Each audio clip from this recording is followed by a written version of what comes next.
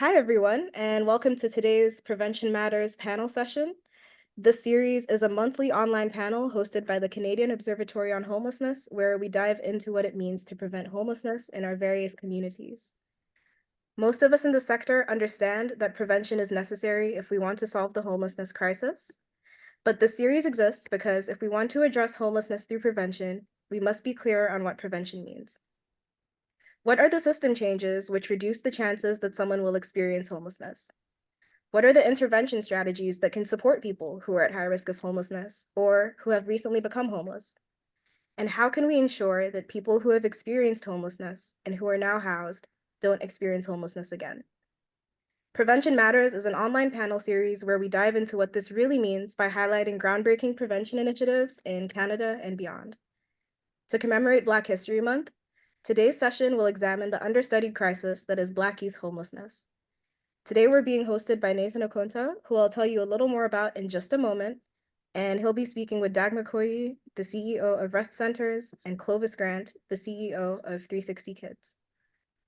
There are constantly brilliant things happening in the area of homelessness prevention, but too often these innovations are discussed in ways that do not resonate with a wider audience. So that is why these sessions are not your typical webinar. Your participation is a key part of this experience, so we strongly encourage you to engage amongst yourselves in the chat and ask any and all questions you may have during our open Q&A in the second half. If you have a question for our panelists, feel free to ask them using our Q&A feature or simply leave your questions in the chat at any point during the session. The session will be recorded, so if you would like to maintain your privacy, I'll invite you now to turn off your video and rename yourself using the tools at the bottom of the screen. If you are experiencing any technical difficulties, please reach out to me in the chat and I'll support you and be able to help.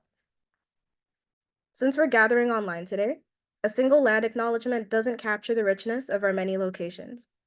The Canadian Observatory on Homelessness is based in York University, Toronto, so we will share their land acknowledgement. But we invite all guests to consider the position regarding the land in which they find themselves. We acknowledge our presence on the traditional territory of many Indigenous nations. The area known as Toronto has been caretaken by the Anishinaabeg Nation, the Haudenosaunee Confederacy, and the Huron-Wendat. It is now home to many First Nation, Inuit, and Métis communities. We acknowledge the current treaty holders, the Mississaugas of the Credit First Nation. This territory is subject of the Dish with One Spoon Wampum Belt Covenant, an agreement to peaceably share and care for the Great Lakes region. So, without further ado, I'll be handing over to our host for today, Nathan Okonta. Nathan is the COH's Research Associate on Black homelessness, and today he brings a wealth of knowledge, having been a social developer in Toronto for the past 20 years, with a focus on developing post-incarceration programs for youth and young adults. Welcome, Nathan. I have always viewed Black History Month as a time to take stock of Black communities' collective struggles for visibility in Canada, as well as to celebrate their contributions to the advancement of Canada. The prevalence of homelessness amongst Black youth suggests that there is still work to be done. Black youth homelessness stems from the impact of systemic racism that has affected the lives of Black families.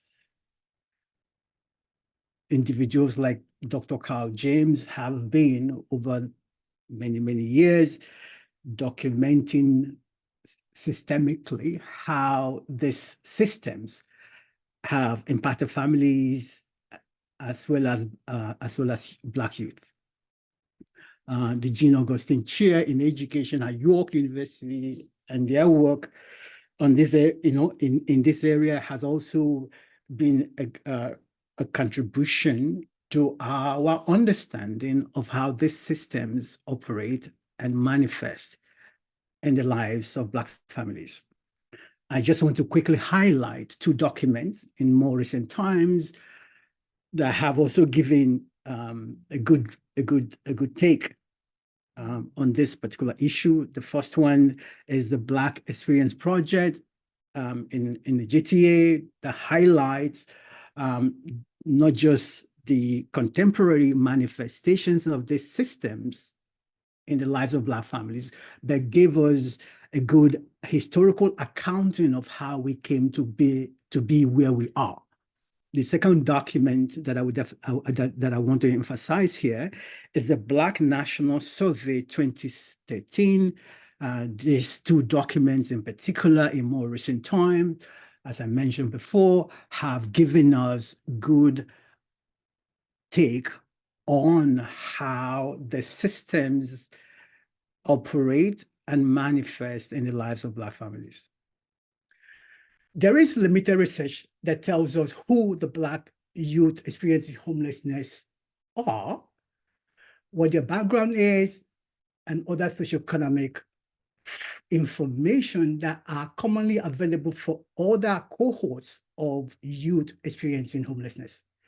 Our work at COH is beginning to at least provide a building block to bridge that gap.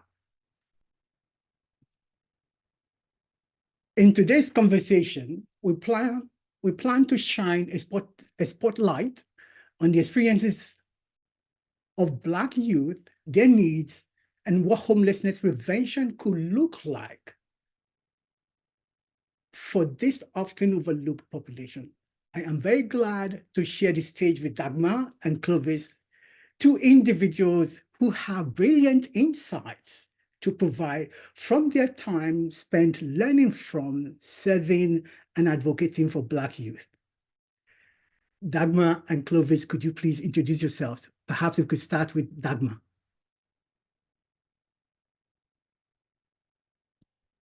Thank you so much, Nathan. It's really a pleasure to be here. So I am from R.E.S.T Center. I'm the executive director and founder of an organization called Restoration and Empowerment for Social Transition. We support BIPOC youth experiencing and at risk of homelessness in the Peel region. We focus on helping youth to acquire housing with community members and providing them with extensive wraparound support services to ensure that they are able to sustain their independent living. I hand over to Clovis. Thanks, Dagma.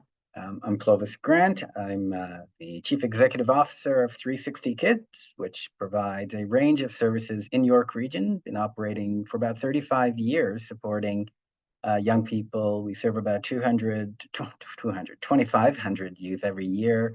And we focus our work on housing, education, employment, and wraparound support. And while we don't exclusively work with Black youth, we certainly see what Nathan just spoke about living out in terms of the overrepresentation of Black youth in the work that we do. And I've been working with Black youth, youth for, I guess over 20 years, working at EVA's initiatives before and now at 360 Kids.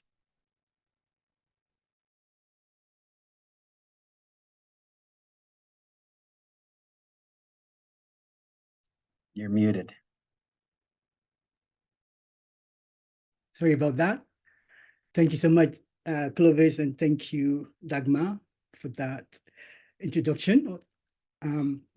Okay, so continuing, while research specific to Black youth homelessness in Black community is limited, many who work in the front lines of youth homelessness would say that there is an overrepresentation of Black youth among those who are experiencing homelessness. Even you themselves, or at least our work is suggesting that they have come to see that overrepresentation and are commenting about that overrepresentation. Perhaps they have been commenting about this overrepresentation, but we haven't, their voices haven't been captured in some of the work that have already been done on youth homelessness. Have you, Dagma and Clovis, found this overrepresentation to be reflected in your work over these years?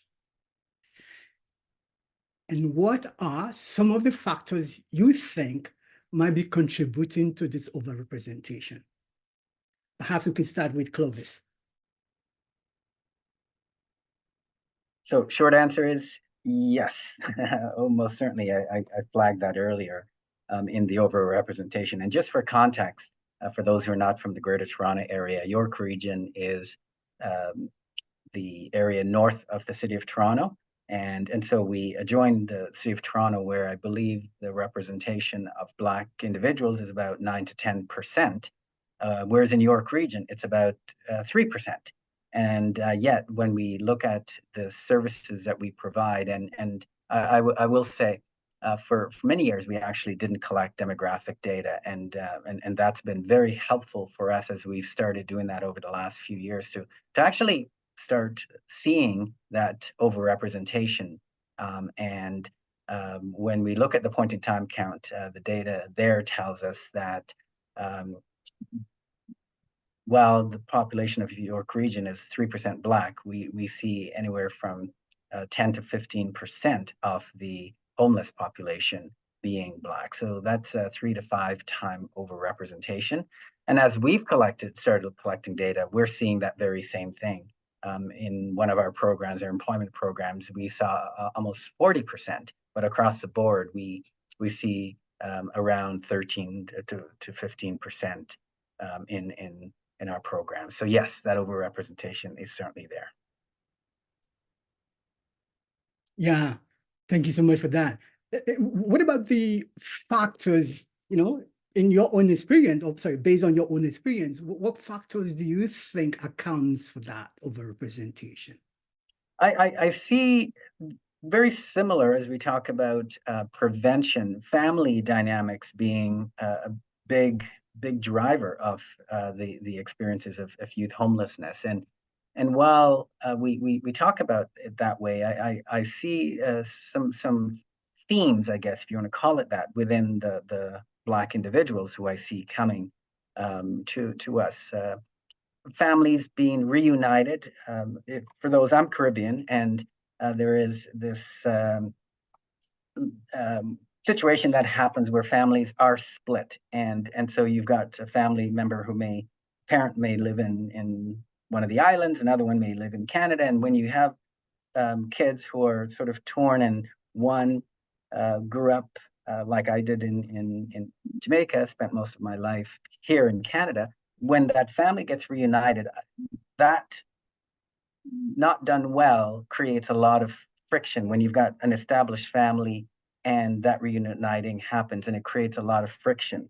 I see also understanding of mental illness, and there needs to be greater understanding in the Black community around what mental illness looks like, and it's not something that's talked about. So that's another factor.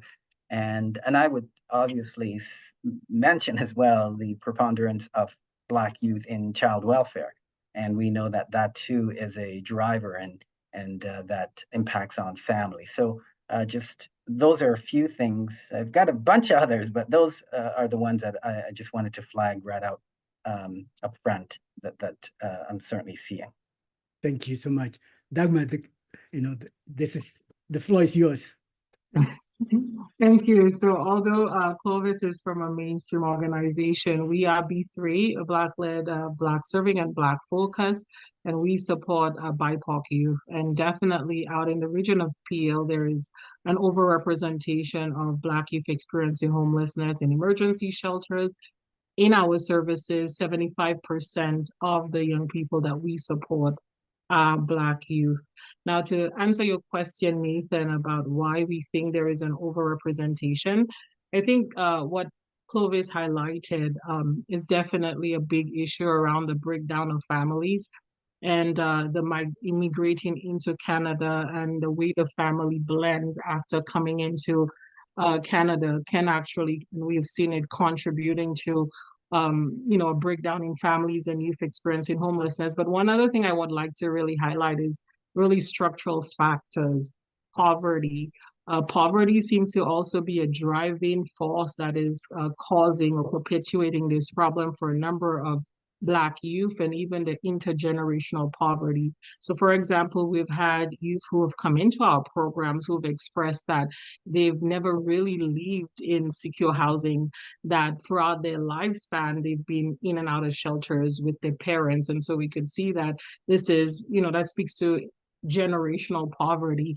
And when there is intergenerational poverty, housing insecurity is a big part of that. You know, having a family who have actually established housing that they've been able to, you know, pass on that asset to the other generation gives you an upper hand. And so a lot of Black youth, they do not have that.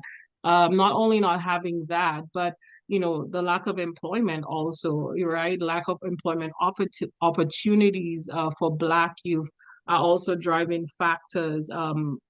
I think I can clearly remember, you know, a group of siblings who came into R.E.S.T Center, and we have seen a number of them since then coming into R.E.S.T Center.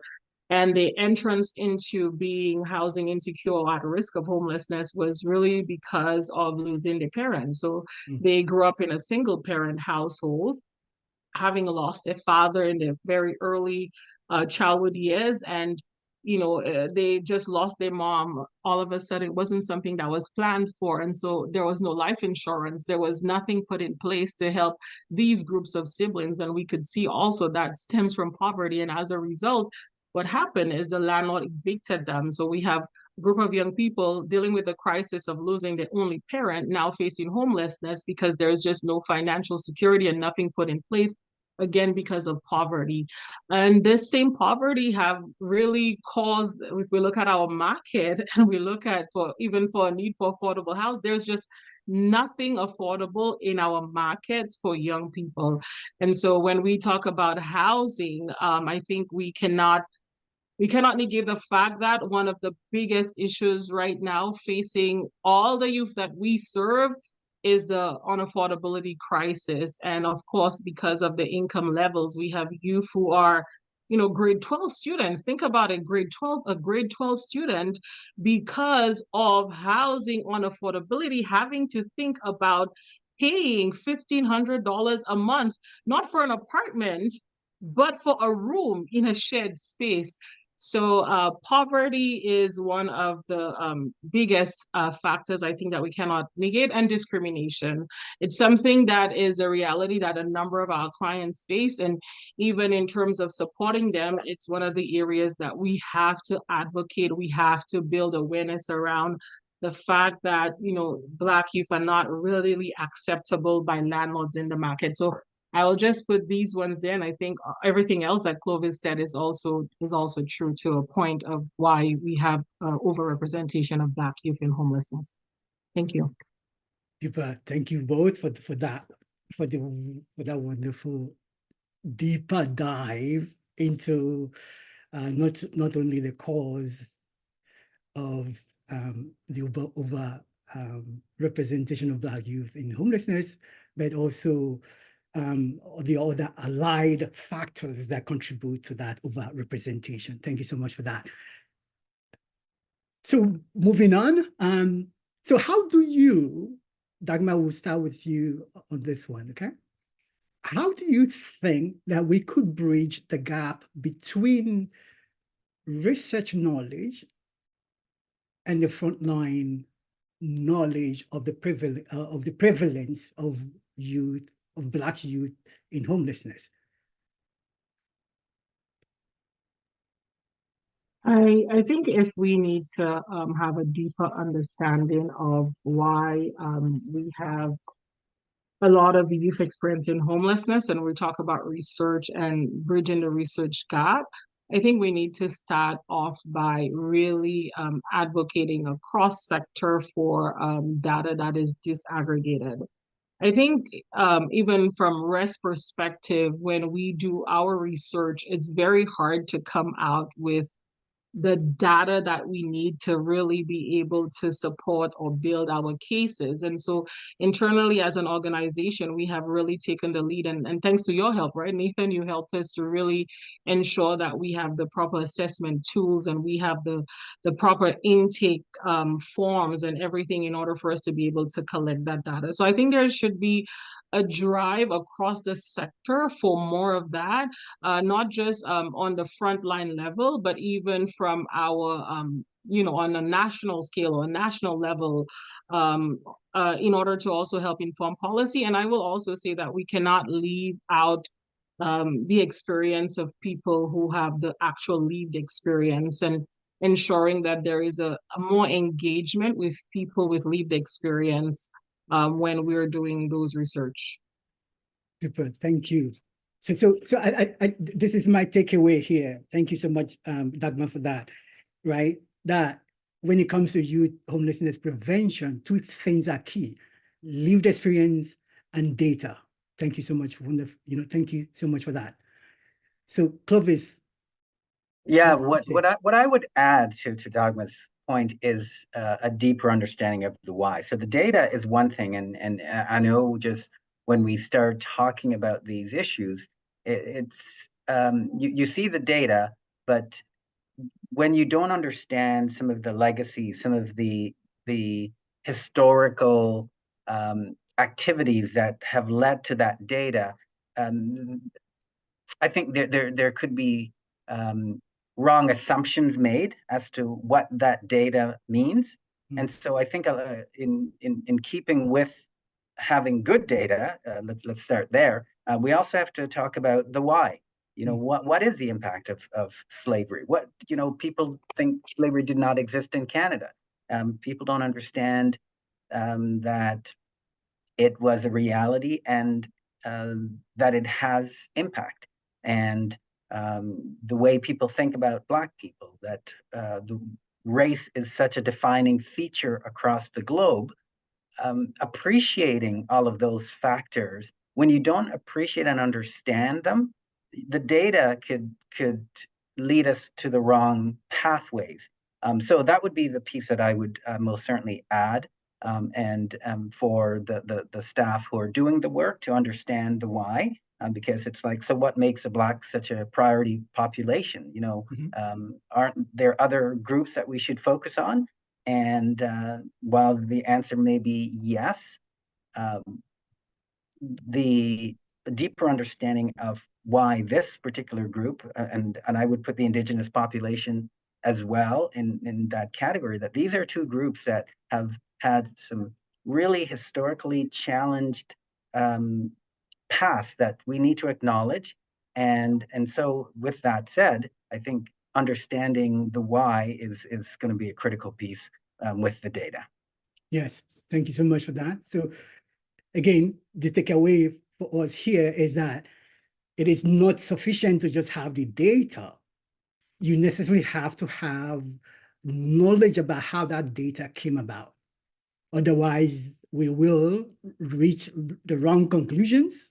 Yeah. And if those conclusions are used to formulate policies, will lead to bad policies. Thank you so much for that. Okay, so moving on.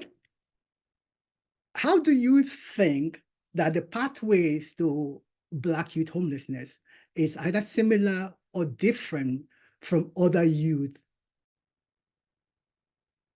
Before we get into Clovis's response here, I'm just hopping in with a quick producer note because we're adding a little addendum. You'll see that family comes up a lot during this discussion and throughout the session, and looking at family dynamics is indeed a very important part of youth homelessness prevention. However, we thought that it would be worth elaborating on the importance of family dynamics in Black communities and how this specifically looks when we think about Black youth who are experiencing homelessness. As I mentioned at the beginning of the session, Nathan himself is a brilliant researcher with a lot of expertise and insights when it comes to the experiences of Black youth facing homelessness. So, to better contextualize what Dagma and Clovis mean when they say it all comes back to family at a couple of different points during this discussion, I've brought Nathan back to fill in this gap and speak a little bit to what his research has to say, and his learnings over the years have found when it comes to thinking about family and how this ties into Black youth homelessness. So welcome back, Nathan. Thank you. My question for you is, what is the connection between family dynamics and pathways into homelessness for Black communities? And how can we address these issues when we think about prevention strategies? Very good question. Well, in terms of the pathway, I would definitely say that there are multiple pathways. It's always for me, it's very useful to put, as you said, contextualize this. And by contextualizing Black families and the dynamics, say, between parents and the children, or caregivers and the children, it is always good to locate them where they are, locate them in the environment, locate them in the communities, and see how, one, the communities, the neighborhoods where they live exacerbate some of the tensions that invariably lead to the dynamics at home that we often flag in research. The same thing that both Dagma and Clovis gave a good hearing to, right? So neighborhoods have effects on parents or caregivers, or parents and caregivers, by basically giving them or the impetus or making them want to hold on to the kids because they don't want their kids to become the statistics. Involvement in the justice systems, and amongst other things. So by so doing, parents become or take on this harsher tone in dealing with their kids. And that complicates the dynamics at home. So that is one pathway. So the second pathway is that many of the families are also struggling. Statistics Canada tells us in 2021 that 26.9% of Black folks in Canada live in unsuitable housing situations. So when we talk about the dynamics then between caregivers and youth, we have to account for that, because that is also leading to the stresses that many of these families are going through, and some of those stresses are leading to youth leaving home before they are ready. I believe that if we are to address Black youth homelessness, prevention that is one capable of addressing these 2 points that I've made, that we necessarily need to start to address the housing situation. And we necessarily have to be accountable or find a way to reduce the effect of neighborhoods and communities on Black families. If we're able to do this, then it is likely that we can begin to see a significant drop in the prevalence of Black youth in homelessness. Thank you so much for that, Nathan. And so I'm hearing from you that there are these complicated family dynamics that are creating pathways into homelessness, but it's so important to understand the why. And even Clovis goes on in the conversation, right? To be like, when we're looking at the data, we must always contextualize the why. So when we're thinking about the why here, there is complex family things going on, but we have to look at the fact that the environment is creating a lot of these tensions because of the ways that, all of these things we've mentioned around under-resourcing of neighborhoods and hyper-surveillance and the sort of hypervigilance this creates in our communities, right? Yes, yes. Right. Yes. Yeah. Okay. Those are the core things, right? Because oftentimes, Black families, Black caregivers live in neighborhoods that you can call, you can look at and say that there are areas that are often in need of social services, amongst other things, right? And because they are in those types of neighborhoods, there's a heightened surveillance, the presence of cops and amongst other things, right? And that necessitates actions, unfortunately, from parents that are harsher, or that could be described as harsher, right? Because they're now trying to hold on to, right? Talking to young Black folks, in the work that we've done, that was one of the clear things that came out consistently, that folks, the young folks were telling me that listen, I couldn't breathe,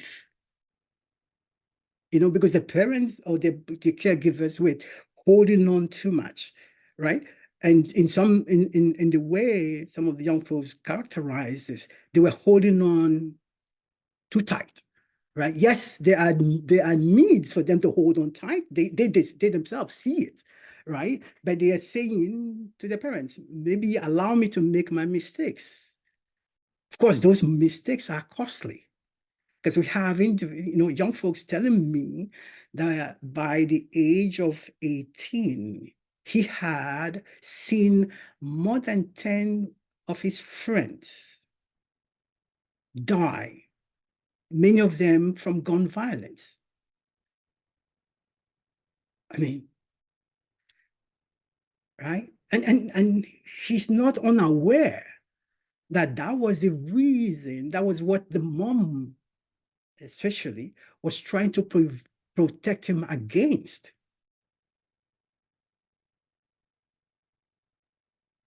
I hear you on that. And yet, still going back to the why, it is so important to zoom out and say, what's going on here?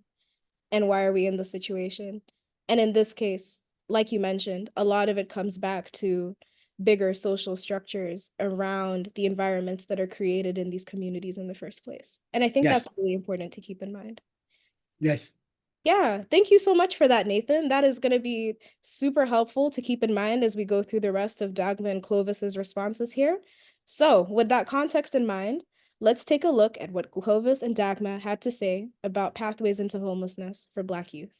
Yeah, I was flagging it in my opening comments that it's similar in that it is very much a family, it goes back to family. And without re-articulating what Dagma shared, there are a lot of family dynamics and the poverty, the racism in housing, and how that looks. We know that unemployment is highest among Blacks, highest among Black men in particular. And you think about what that does to the family, the precarity that leads to in housing, racism in terms of getting apartments. There is enough data out there to talk about what landlords see when a Black person comes to the door, and the stereotypes in their minds. So I think those are similarities. Differences, I think about the experiences of what a young person deals with in the school system, in the child welfare system. All of those are drivers also of youth homelessness. And again, this is the need for prevention. And so when you're talking about a Black youth who may be on the path to poor outcomes in the school system, we need to always be thinking about the family. We also need to be thinking about their experience within the schools and what the education systems, where the education system tends to point them towards, and in terms of their skills. We know there's underrepresentation in gifted, as an example, and overrepresentation in behavior. And those are things that really help create pathways, unfortunately, for some of our young people. And so I could go on, but those are, to me, are some of the similarities.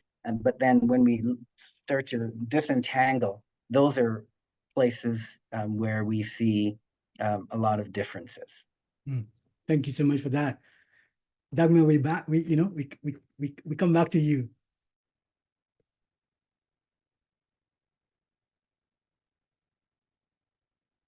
Dagma. Yeah, and I think I would like to have, can you hear me? Yes, yes.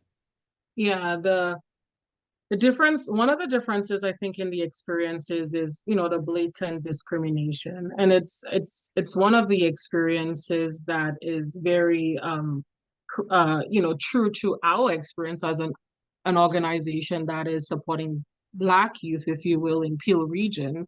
And the type of program we have is more or less of a community-driven model.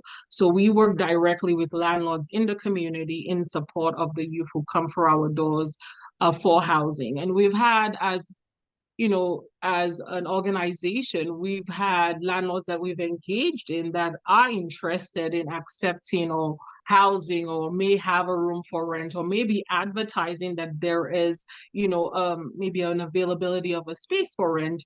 But when we show up and it's a Black youth, we've been told plainly, like, we don't rent to that type, or we don't rent to that kind. So the discrimination still exists, and it's blatant. And I think we also need to think about intersectionality, because, you know, discriminating against youth, of course, there is the ageism. Like, you know, you think about a young person and the age, and immediately you begin to think that, well, they're not, you know, they cannot, you know, have the proper ability to be responsible enough to have a property.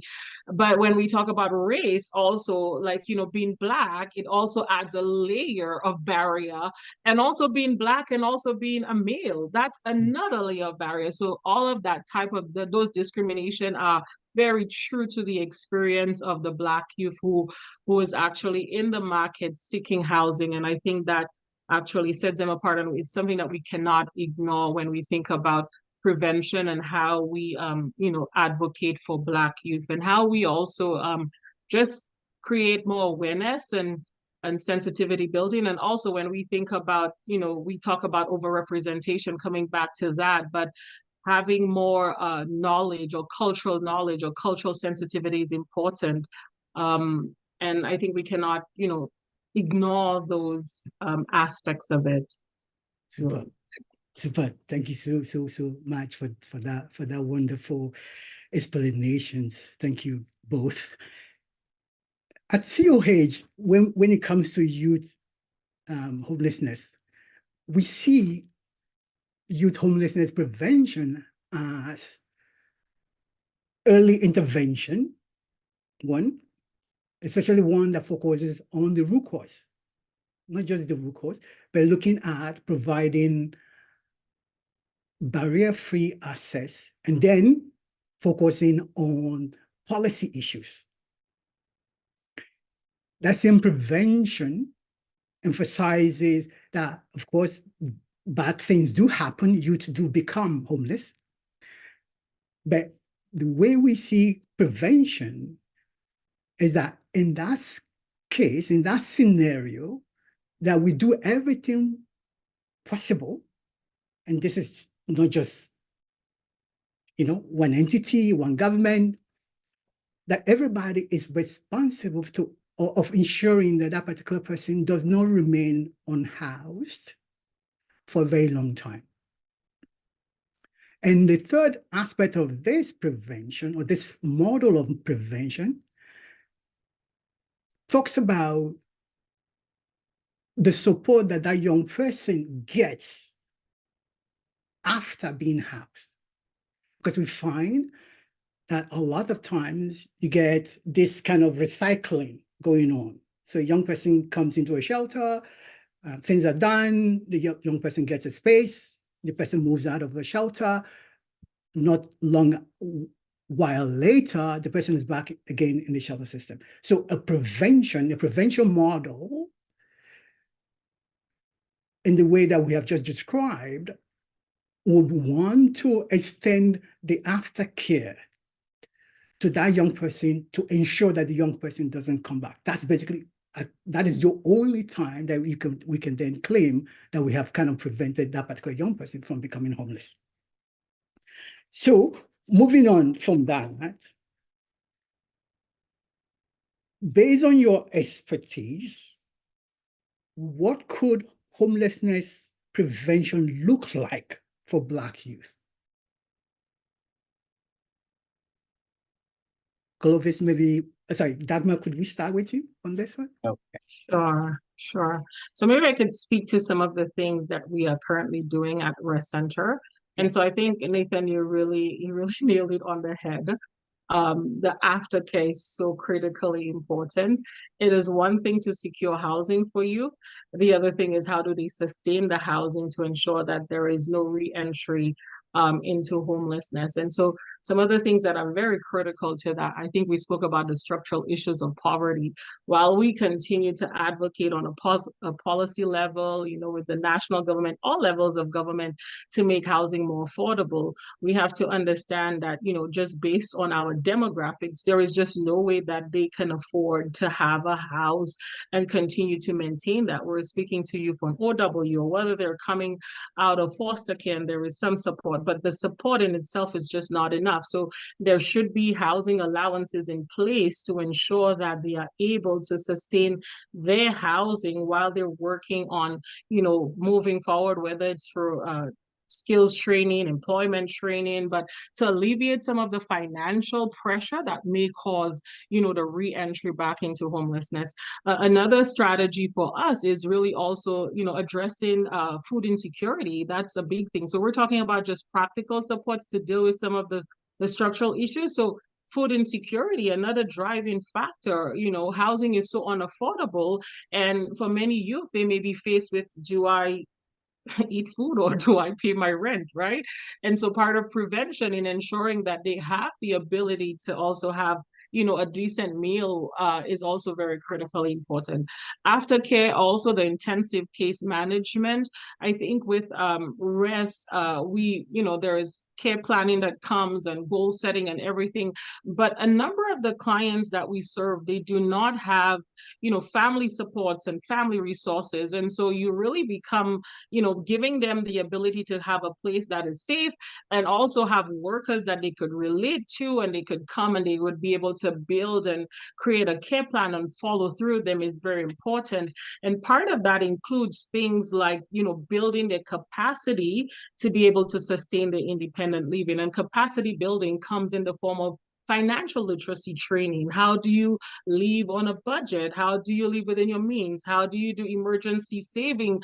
You know, all of the financial literacy. I think we also do tenant education training on how to advocate for yourself as a tenant and understanding your tenant rights, as well as understanding how to be able to have a good relationship, if you will, with your landlord. So we do capacity training. Cooking, for example, can also be a strategy for saving money. So we also do cooking classes and home economic classes, which includes how to keep your space clean. So a number of those capacity building is really the aftercare that is in place to help to build their capacity to be able to sustain the independent living. Another part of the prevention is the landlord engagement piece, and that is part of eviction prevention, and that is so critical.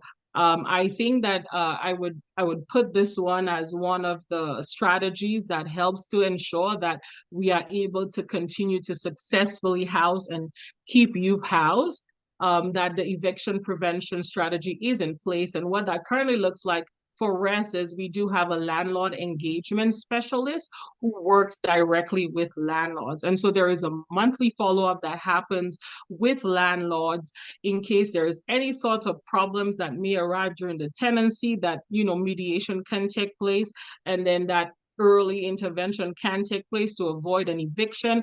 And of course, we're building a trust relationship with the landlords where they know that, you know what, we understand that you're serving a youth, you're opening your doors, and we are advocating. And of course, you know, we're bringing in young people into houses that may not necessarily have all of the requirements to be housed. And so they build that trust relationship where they know that R.E.S.T is there to support the youth and R.E.S.T is there to support me. And if I have an issue, I can call the landlord engagement specialist. And that is part of eviction prevention. And I think that's also something that is very critical. Massive, massive. Thank you so much. You know, you've given us a lot there. So Clovis, I got nothing to say. Brilliant. Well, you know, no, thank you so much, Dagma. Dagma has kind of given us a lot of information there. I'm going to ask both of you, though, this question. Because I think you know, Dagma, you have kind of focused on once that particular person has become homeless, and then through the system, and then out of the system, and then what you do after that. So that is really fantastic. That's very helpful. So, but what could be done to prevent Black youth from becoming homeless in the first place or in the first instant? and so what I would add, and Dagma, great response. So I think as and I'm going to go all over the place here, but hopefully you'll keep me on track.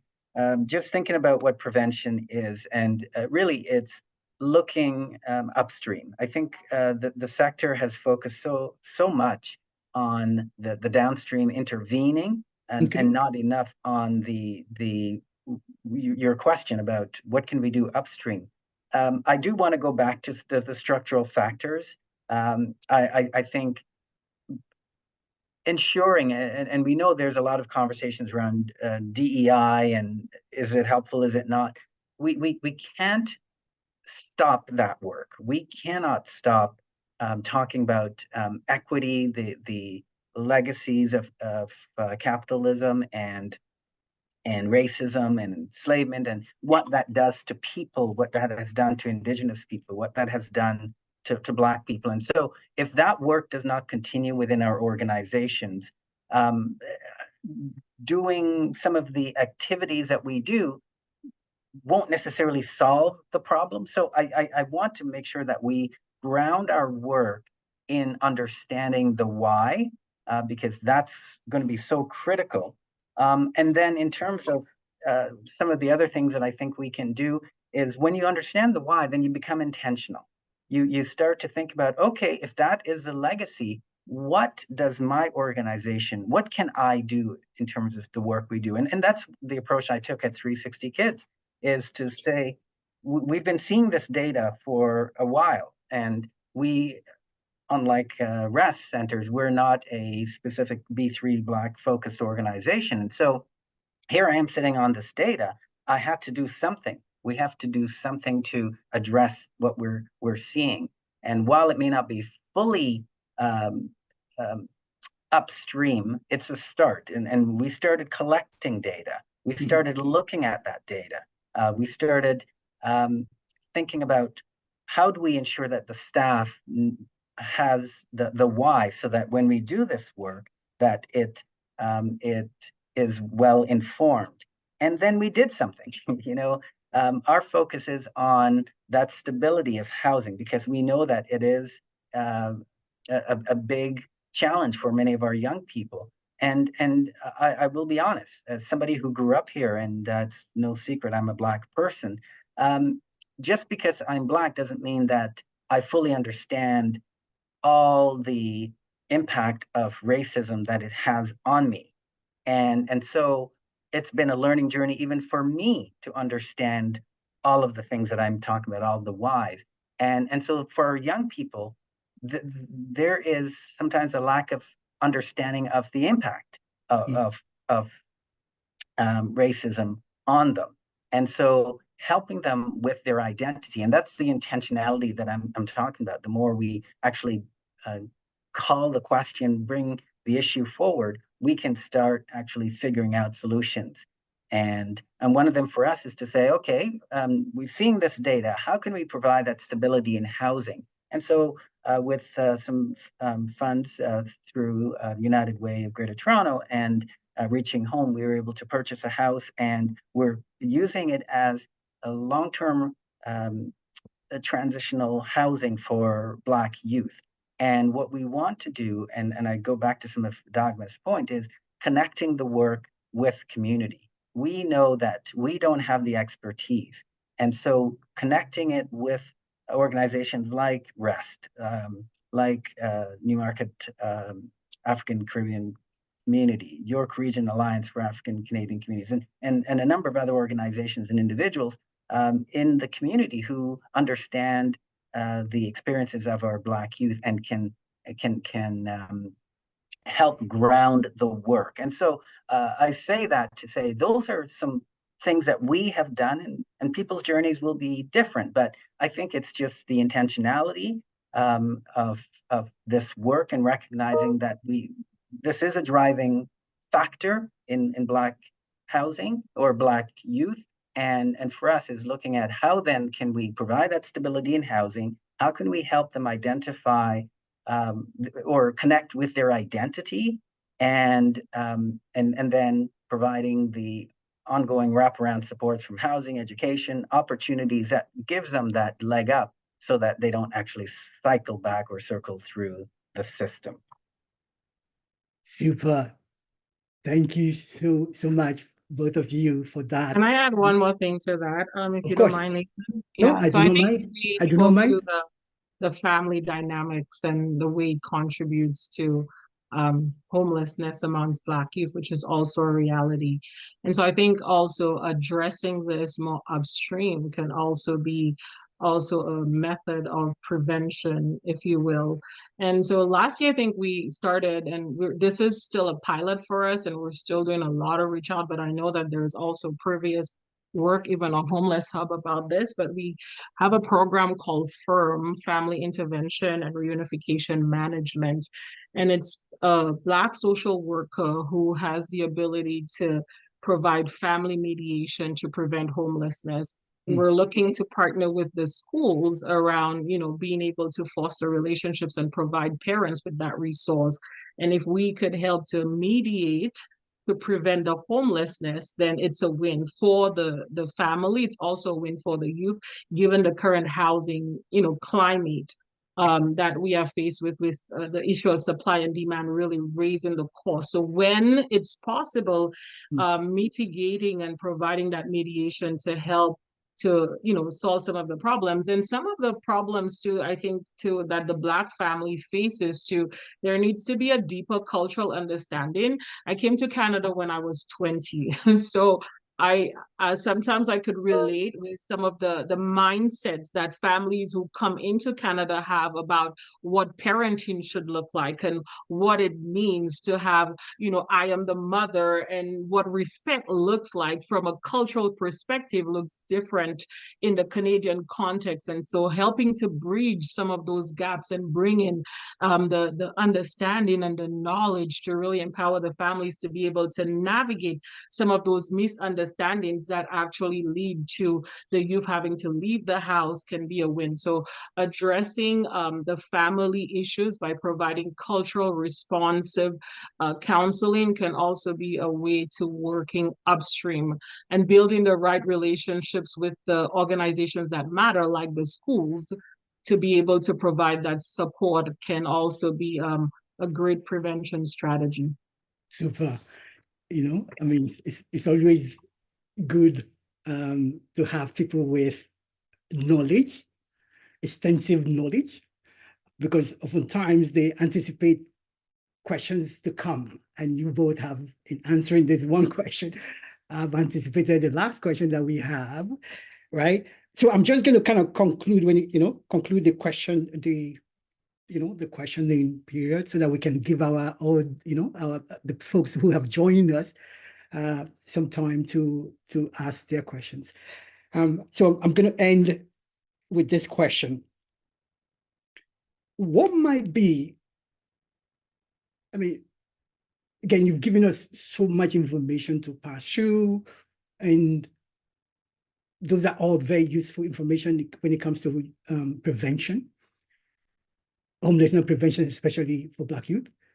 But if there were to be one thing, one specific solution, one specific preventive solution that you could think of, what might that be? So maybe Clovis, we can, start with you, and quickly, again, we only have a few more minutes left. Yeah. So we can start with you. Yeah, no, I would say an important first step for organizations, especially if you're not a B3, and B3 simply means your target community is the Black community, Yes. is to actually understand the data, know the data, so that you know what to work with. And I think it starts a conversation, but you have to know the why behind what you're doing. And I think after that, it follows. So, Dagma, what would you add here? I would say in terms of if the data exists, great. Then we need to address more of the structural issues. And I think having a Black youth housing strategy, especially since we're acknowledging that there is an overrepresentation, not just in York region, Peel region, Ottawa, And I think as we begin to drive more of that data, we'll see that this is across Canada. Then we need to have a national Black youth housing strategy to address some of the structural issues and systematic issues. So on that wonderful note, we are going to proceed to the next stage of our chat. Questions? Promise? Yes, so everybody, thank you so much for staying with us up until this point. Feel free to ask your questions using the chat box in the Q&A feature, and we will get to them. Can we ask them? Sorry? Can we ask a question? Yeah, sure, go ahead. Okay, thank you so much. Wesley Critchlow. Thank you for the opportunity to listen to this panel. I just wanted to add that I think as we have these conversations, it's important to understand that some of these social categories, such as Black, can be highly problematic if we do not engage in an intersectional complexity analysis of what Blackness is or means. So the social structures of organizations, for example, queer youth with disabilities, etc., are a part of that conversation. Because right now, the way the conversation, I'm not critiquing you, is framed very heteronormative. And we already have these challenges of dealing with homophobia in the Black community, compounded with homelessness, one. Two, when we speak about Black youth homelessness, or unhoused, etc., whatever language we use, it's critical, I think, to also understand the larger picture around Black unemployment in general, Black youth and Black parents, because part of why some Black youth become homeless is also because of their parental structures in terms of they are also under house unemployed and homeless too. So we need to be careful that we don't construct Black youth as a sexy category void from concept of parenting and families, so that we are not constructing Black youth in isolation from a larger complex understanding of the Black community or Black communities. So when we discuss a Black youth national strategy, I'll be cautious that it leaves out aspects of the Black community that should be a central part of that village for caring that does not enter the discourse. And governments love the word Black youth. It is a sexy concept, but be cautious that you don't fall into the government trap of the sexiness of Black youth without understanding the broader social structures that implicates Blackness in general. Finally, I really liked the conversation, but I was hoping that I could hear some more about how the intersectional complexities of Blackness and the Black identities further complicates our understanding of homelessness. I mean, Black youth doing sex work that are homeless is a critical piece of this conversation that we need to engage in. Black youth thrown out of their homes, not because their parents don't have a home, but because of homophobia, transphobia, biphobia, is a different kind of homelessness. Yeah. And so all these complex issues, Black youth homeless go on colleges, campuses, and universities. Yes, we have a lot of them. So how do you understand the larger structures? I'm just only posing questions and throwing them out for you so that you consider these issues. So I used to be a harm reduction worker in Toronto. I worked on the streets with homeless youth for many years doing harm reduction. And the population I primarily worked with was Black, queer, trans youth. So I just wanted to congratulate what you're doing, but add a perspective to it. Thank you so much. Yeah, thank you. Wesley, we know of you. We have, I have been part of your, your work in the past. So I'm very grateful for your intervention here. I think everything that you said, we definitely take on board. And I can definitely vouch for these two individuals that we have here, that those are also concerns that have informed what it is that they do, how is it that they do their work, and what it is that they know about Black youth and Black youth homelessness and its prevention. So those considerations, those are everything that you laid your fantastic hand on are quite, are all within the purview of these two individuals. Thank you so much, though, for your intervention. And I will just add one other piece, Wesley, that I'm sure you know. I was very intentional when I said I was a Caribbean youth, because I know the experiences of an African and a newcomer will be very different. So while I didn't get into it, thank you, Nathan. It was certainly top of mind, because there are the intersectional pieces that you're right, we may not have delved into as deeply, but thank you. We're back with one more producer note here, because Wesley is 100% right when he brings up the need for intersectionality when we have conversations about Black youth homelessness prevention. We're going to add one more addendum so we can explore this a little more. Discrimination and stigma are critical to think about when we discuss prevention at large. But with Black youth, we cannot overlook the fact that in addition to the impacts of racism, intersecting identities around many things, including things like your sexual and gender identity, or your struggles with mental health, or your cultural heritage and immigration status, will also greatly affect your journey in and out of homelessness, because these create additional layers of barriers to think about. And so, once again, I'm bringing back Nathan's brilliance and insights to help us out. Hi, Nathan. Hello. My question for you this time is, what do you think is needed in order for us to ensure our approach to Black youth homelessness prevention, and that our strategies, if you will, remain intersectional and inclusive? Well, a one sentence, a one word answer to that would be vigilance, to constantly evaluate and reevaluate and see what we see and see how we see them. When you look at Black youth experiencing homelessness, it is obvious that there are multiple subgroups of Black youth who are experiencing homelessness. And the effect or the incidence of homelessness among these subgroups are quite different. One thing that we haven't done or consistently done, and my work, our work here, is also complicit in this. We haven't done work that look at how various subgroup of young folks are experiencing homelessness, and if there are differences between how they are experiencing homelessness.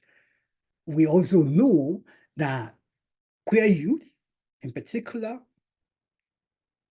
are more likely to leave their home before they are ready to leave their home. And this is due to transphobia and homophobia. And these are things that have been documented for a while. And those are still things that are there that we can look at, we can see, visibly when you look at Black youth who are experiencing homelessness. So there's a need for that vigilance to be able to, or to be aware that this is happening, that it not, that the Black youth homelessness is not a monolithic. Oftentimes, when we speak of it, there's a default towards that, but that is not really the case. Because when you look at, say, for example, I take the work that we are doing as an example, we see, how newness to Canada is implicated. So the young folks that we're seeing who are experiencing homelessness, some of them are new to Canada. Some of them are minors that have traveled through international boundaries to join family friends or families whom they have never met before, right? And this, when the relationship breaks down, is leading to homelessness.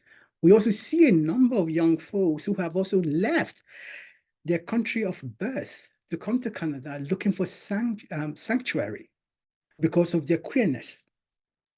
They have been pushed out, they've been excluded, not only from their immediate family, but from the family of their country of birth.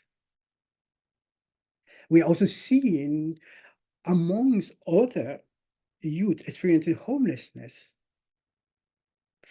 youth who have left their home, not because of, say, family dynamics that has broken down, but because they just don't have enough room in their home to accommodate them. There's not enough space, right? And so what is happening is that when there is a new addition, a new birth, a new baby, for example, the older ones begin to first house surf. They begin to, sleep over at their friend's place, until in some cases, not always, but in some cases, they end up being in need of shelter and becoming homeless. So those are all contours of Black youth experiencing homelessness that we constantly need to, one, be aware of, and then two, to see how their path or pathways into homelessness might be different. And then use that awareness and understanding of difference in terms of how they become homeless or get into homelessness to design a youth homelessness prevention strategy. But firstly, we need to be aware of it, and then two, do more studies, especially ones that look at the different subgroups of Black youth experiencing homelessness to see what, one, their pathways are, two, what their issues and experiences are, and to use those knowledge in producing strategies. What we have been doing up to now is to focus on one segment. When you look at studies that have looked at Black youth and queerness, you find that those studies don't mention immigrant status, for example, right? And then you find one that focuses on Black youth experiencing homelessness who happens to be new or newer to Canada. You find that those studies don't talk too much about queerness and other forms of intersectionality that mediate not only their path to homelessness, but their experience of homelessness. So moving forward or going forward, we probably need to pay attention to that and to start to look at Black youth experiencing homelessness, not as a monolithic, but as an intersectional group of multiple subgroups experiencing homelessness. Right? So that would be my longer answer to your question. No, but it's an answer that says so much and says so many necessary things. I love that you've brought up, the big saying, Black people are not a monolith, one that we've been saying in a lot of different spaces for a lot of different reasons lately. It is so important to be aware of the fact that, we're talking about prevention, and a big part of preventing an issue is understanding what's going on in the first place, right? And so when you bring up us needing to do more work in our research and becoming more dedicated to really learning the experiences of all these intersecting identities and how they connect to people's experiences, I think that's like so crucial. And I'm really glad that you shared that with us today. Thanks so much, Nathan. Thank you. So, thanks again for bringing your insights into this question. I so appreciate everything that you've shared. With that in mind, let's get back to the next question that our audience had on the day of the session. So what do you think that we as individuals can take in order to effectively work for affordable housing? Because again, housing affordability is one of the key things that both of you have highlighted. So what are the things this question is posing that we could do individually, perhaps, and collectively even? What is it that we can do to ensure housing affordability? quickly, I would just add, we need to not divorce this conversation from employment and the precarity of employment. That's going to be a big factor. The housing discussion is a huge one without even interlacing the race dynamic. But amidst all of that, I would say we need to not have a separate conversation from employment, because stable employment is going to be a big factor. And I think Dagma spoke quite well about that. Mm.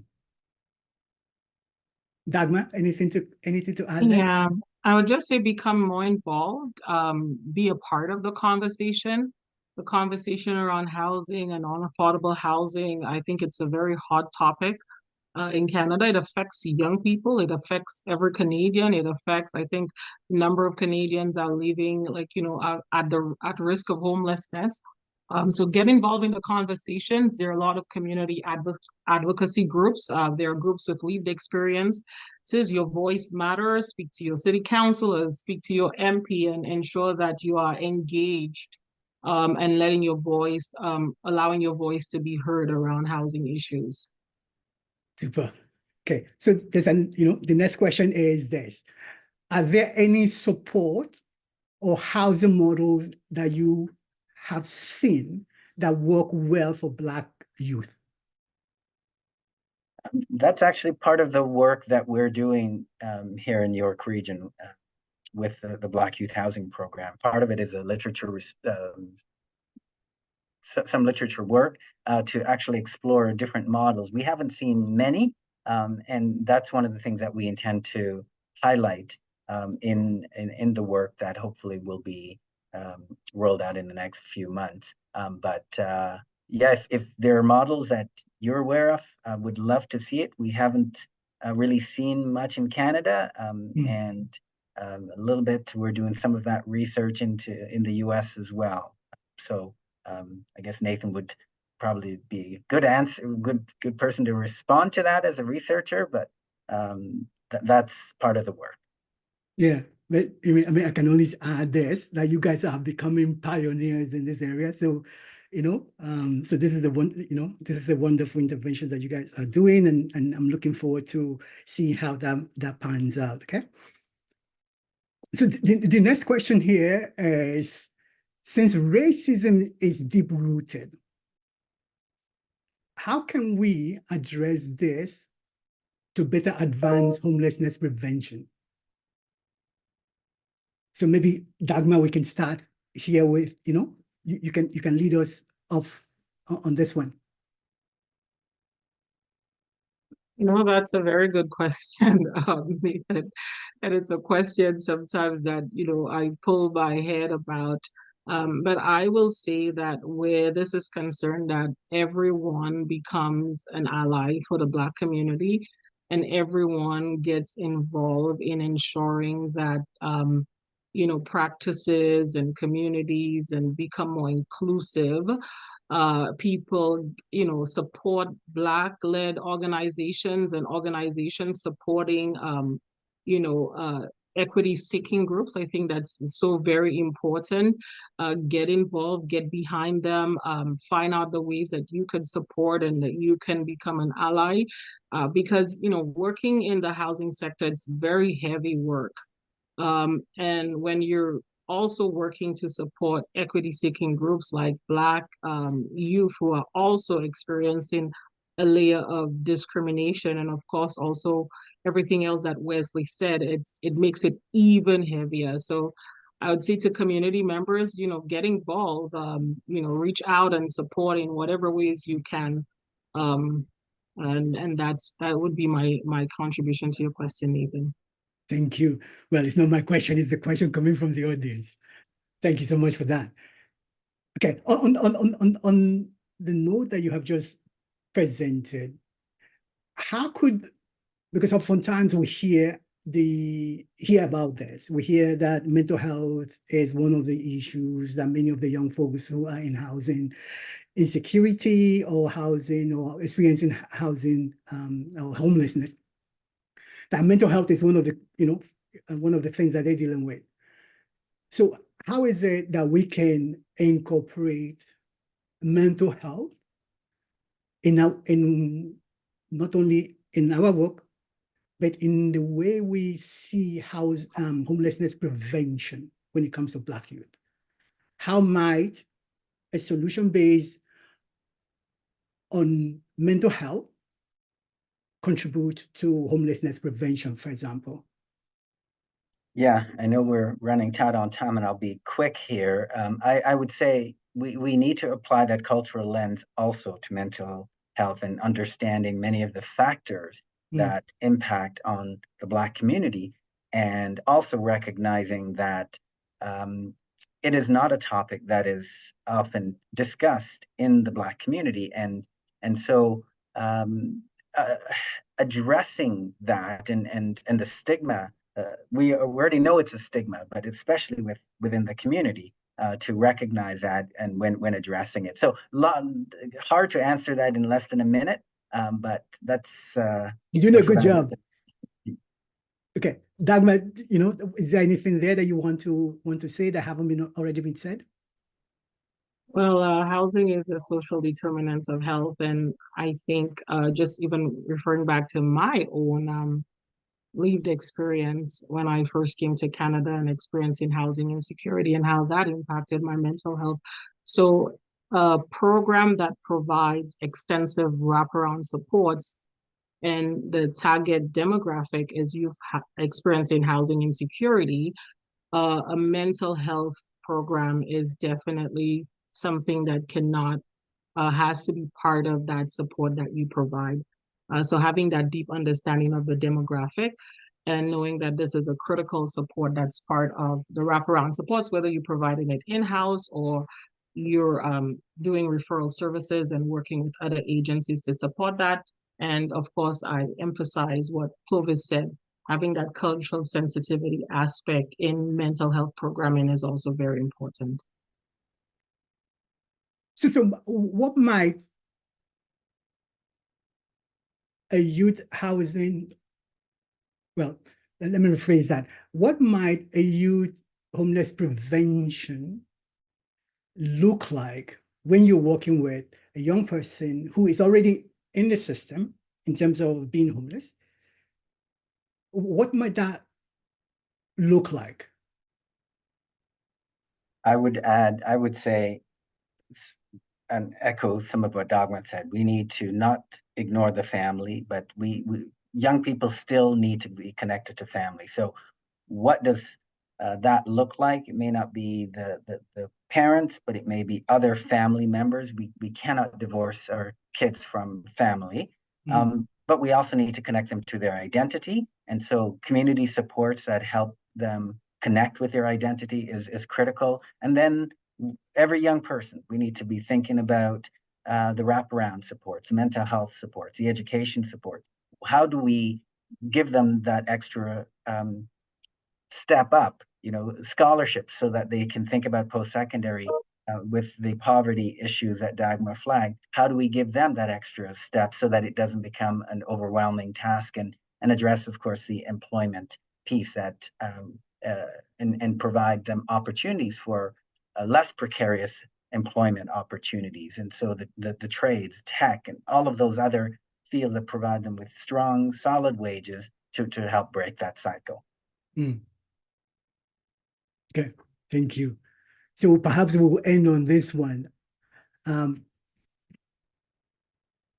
framework that you have both sketched here, it seems, it's very broad, it's very elaborate. How might we fund this approach to youth homelessness prevention? Dagma, do you want to start us off on this? So how might we fund it? I think this, in regards to what we need, all levels of government to really work together to come up with not just short-term solutions, but be really committed to the long-term delivery of prevention strategies that will help to curb youth entering into the stream of homelessness, and for those who are currently in the stream of homelessness that are being housed, ensuring that they are able to sustain their independent living. So that will be my answer to your question, Nathan. Super, thank you. And the only thing I would add is policy. we can fund a lot of things if we have the intention to do so. So we need to ground this work in policy, and whether it be a strategy as Dagma shared, but we need to not make it something that comes and goes, but is embedded in the work that we do as organizations, because it's systems work, and many organizations like ours focus on supporting the individuals.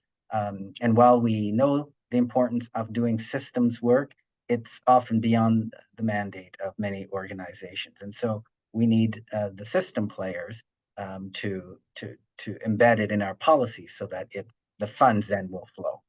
And Super. if I might add one more thing here, Nathan, Yes, I go ahead, think please. it's just based on an initiative that we just recently started with Peel Region. If we're looking at a housing first approach and a quick response to getting youth housed, and understanding that the market we're in, it's supply and demand, and working with landlords and getting spaces, sometimes our systems and having to wait for OW to pay first and last can actually deter a young person from actually becoming housed. And so more work needs and collaboration need to happen amongst funders with the frontline agencies providing those direct supports to the clients. And so a recent pilot that we're part of with the region of Peel, the region of Peel is providing us with support to be able to provide housing allowances directly to the clients in our care, so that can eliminate some of those gaps or those services time that will prevent the youth from being able to acquire housing. So collaborations like that can also help to support the work of helping to prevent homelessness amongst young people. Super. I have been, richly blessed by having both of you, not only in terms of of how wonderful and sharing you are in terms of finding the right, finding time to be here with us, for example, but also because of the wealth of knowledge that you bring, practical knowledge based on experience. Those are wonderful things. And what I've heard both of you say repeatedly is, one, that the work needs to be done and must be done consistently. It must also involve everybody, all the actors, stakeholders, parents, community leaders, amongst others, including government policymakers, right? And it also must reflect the different dynamics within the Black youth population that is experiencing homelessness. The issues that Brother Wellesley had already highlighted about the need for intersectionality, not only in terms of being aware or knowing and understanding the data that we see, but the different paths or pathways that these types of intersectionality could let us see or understand when it comes to Black youth getting into homelessness. So thank you so much for this, and thank you so much also for the individual, for the persons who have logged on today to be part of this process. I appreciate you, and I appreciate all your contributions. Thank you so much.